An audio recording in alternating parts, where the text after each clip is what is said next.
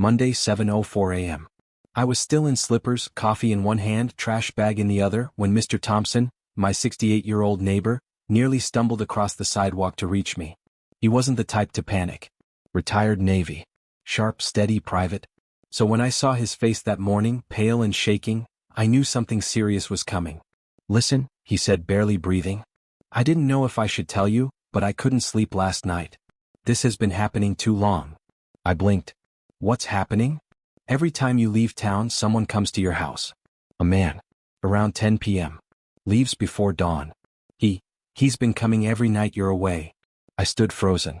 "Are you sure?" He nodded slowly. "Same car. Same man. And your wife, she greets him at the door." I didn't ask more. Didn't accuse. I just walked back inside, shut the door quietly behind me, and stood in the hallway, listening to the faint hum of the fridge and my heart racing louder than it ever had. By noon, I had called a tech friend, installed 3 hidden cameras, and booked a fake business trip for the weekend. I kissed my wife goodbye that Friday. She smiled like nothing was wrong. And that's when everything truly began. Friday night, I checked into a cheap motel 2 towns over. I didn't even unpack. I just opened my laptop, logged into the hidden camera system, and stared at the split-screen views of my own home. Bedroom. Living room. Entryway. Each angle crystal clear. Each room too quiet. 9:50 p.m. She was in the kitchen, wine glass in hand, wearing the dress she never wore for me. She lit candles. Put on jazz. Poured a second glass. My stomach turned. 9:58. Headlights flashed outside. At exactly 10:01 p.m., the front door opened. He didn't knock. He walked in. Like he belonged there. My wife met him at the door, they hugged. Not just friendly. Familiar. Close. Her hand lingered on his chest. And that's when I saw his face. It wasn't a stranger. It was Jason. My coworker. My best man. The guy I'd helped through 2 breakups, 3 job interviews, and a surgery. Jason, who told me he envied the life I had. Jason, who once joked, "If you ever disappear, I'm moving in." Now he was in my living room, laughing with my wife. I didn't cry. I didn't speak. I just watched. Every second. Then I closed the laptop. And began writing an email with the subject line. To be sent when I say so. Saturday morning, I showed up at the office like it was any normal weekend. Coffee in hand, casual smile, nodding at coworkers. Jason wasn't there yet. I sat at his desk. Waited. My chest was steel. No cracks.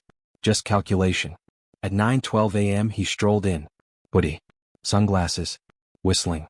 I greeted him first. "Rough night?" He laughed. "Man, you have no idea." I smiled. "Actually, I do." He stopped. Just for a second. Barely a flinch, but it was there. Then he brushed past, pretending I hadn't spoken. Good. I didn't want him panicking yet. That afternoon, I updated the email draft. Added the video footage. Time-stamped. Attached screenshots. Embedded photos of our wedding with him standing 2 feet behind me, hand on my shoulder. Then I saved it again. To be sent when I say so. But I wasn't done. Monday morning, I quietly pulled funds from our joint account. Not all of it. Just enough to get her attention. I canceled her salon membership. Disconnected the Netflix she used under my name. Suspended her car insurance. Not big things. Not yet. Death by 1,000 cuts. That evening she called. Voice sweet. "Hey babe, did the card company mess up again?" I replied calmly, "Oh no. I just needed to rebalance a few things." She laughed nervously. "You sound different." I smiled. "I am." That night I went home. Not to fight, to observe. The house looked exactly the same. Same couch, same photos, same smell of vanilla candles she loved. But it felt like a set I no longer belonged to. She was in the kitchen scrolling on her phone when I walked in. "Back early?" she asked casually, not even looking up. I leaned against the counter. "Trip got canceled." She froze for half a second, just enough for me to see it, then smiled too brightly. "That's good." We ate in silence. No small talk. No warmth. Just the quiet hum of betrayal hanging in the air. After dinner, I went to the bedroom and opened the laptop. I played one clip, just one, from the hidden camera. Jason in my living room. My wife laughing. His hand resting on her waist. I didn't call her in. I didn't shout. I simply left the screen open on the desk where she would see it. Then I packed one small bag and drove back to the motel. At 10:03 p.m. my phone buzzed. Her text. "We need to talk." I stared at it, feeling something shift inside me, not anger, not heartbreak, but clarity. My name is Evan Porter. And for the first time in years, I understood that I wasn't losing my marriage. I was escaping a lie. I typed one line back. We will. Then I hit send. The next morning, I walked into work like nothing had happened. I greeted my team, reviewed reports, met with clients. But beneath my calm exterior, a plan had already taken root, quiet, deliberate, irreversible. Jason wasn't just some stranger. He worked in our building. An account manager on the 3rd floor. Always friendly. Always just around. And suddenly, everything added up. The unexpected flowers when I was gone, the new perfume she never wore when I was home, the inside jokes I couldn't trace. At lunch I sent an email. Not to her. Not to him. To HR. I didn't accuse. I didn't explain. I simply attached a time-coded video and ended the message with, "This should be enough to review workplace ethics violations.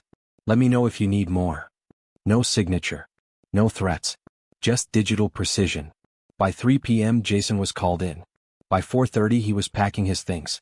I watched from my office window as he walked out, confused, sweating, defeated.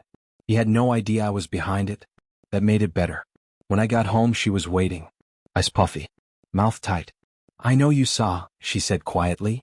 I nodded. "I did. I messed up." I said nothing. She stepped forward. "Can we fix this?" I looked past her at the couch they sat on, the house we built, the life that was never ours. And I whispered, "That depends on whether you're ready for the truth." Her face paled. Because she wasn't. That night I slept in the guest room. Not because I had to, because I needed distance. The kind that lets you think clearly, without noise, without warmth, without lies wrapped in apologies. She kept knocking. Every hour. "I want to talk. I made a mistake. Let's start over." But what people like her never understand is that trust doesn't die in an explosion. It dies in the quiet, in the days you smile while someone else walks through your door. The next morning I opened my laptop and called a meeting with my attorney. She still thought we were just going through a rough patch. She had no idea I'd already updated my will, locked down all joint accounts, and removed her access to anything she didn't earn. By noon she noticed. Her voice cracked. Did you block the cards?" I nodded. "What is this?" "This," I said calmly, "is what it feels like when someone you trusted leaves you in the dark. Only difference, I won't sleep in your bed while I do it." She stared at me like I was a stranger. That was the moment she realized the version of me who forgave easily was gone. That night I watched the footage again. Not to torture myself, but to study the truth. Every detail. Every lie dressed as laughter. The doorbell rang. It was Jason. And I smiled. Cold. Ready. Jason had no idea I'd be the one opening the door. He paused, surprised but trying to play it cool. "Hey man. I didn't think you were back yet." I looked him up and down. Relaxed. Too relaxed for someone who'd betrayed me in my own house. Clearly. He glanced past me. "Is Amanda home?" I stepped aside. "Come in." He hesitated, but the arrogance won. He stepped into my house like he belonged there. Amanda appeared at the top of the stairs. Barefoot. Pale.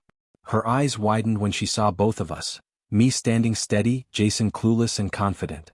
"You didn't tell me he was back," he said to her, suddenly nervous. I didn't know," she stammered. I walked over to the media console and pulled out a small remote. Click play. The TV lit up with black and white security footage. Time stamped. Labeled. Jason's face filled the screen. Kissing my wife. Drinking my whiskey. Sleeping in my home. Silence. He turned pale. Amanda sank onto the stairs, whispering, "Please, don't." Jason stood frozen. "Listen, I didn't mean." "You meant every second of it," I said. Jason started backing toward the door.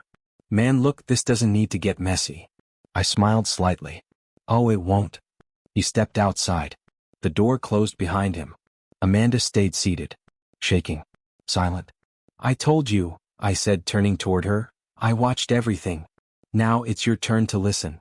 Amanda didn't interrupt. Not once. She just sat on the stairs, frozen. I pulled out the second remote.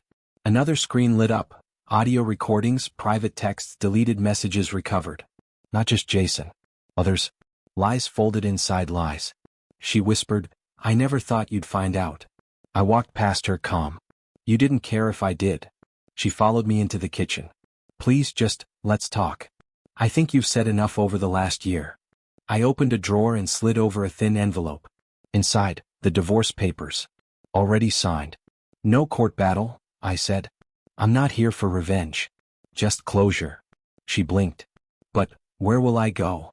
I tilted my head. Back to the people you let into our bed. Start there. Tears welled in her eyes. She reached out. I stepped back. Devin will escort you out. Take only what's yours. Amanda opened her mouth, then closed it. Devin appeared at the door. Silent. Professional. Amanda stood, hands shaking.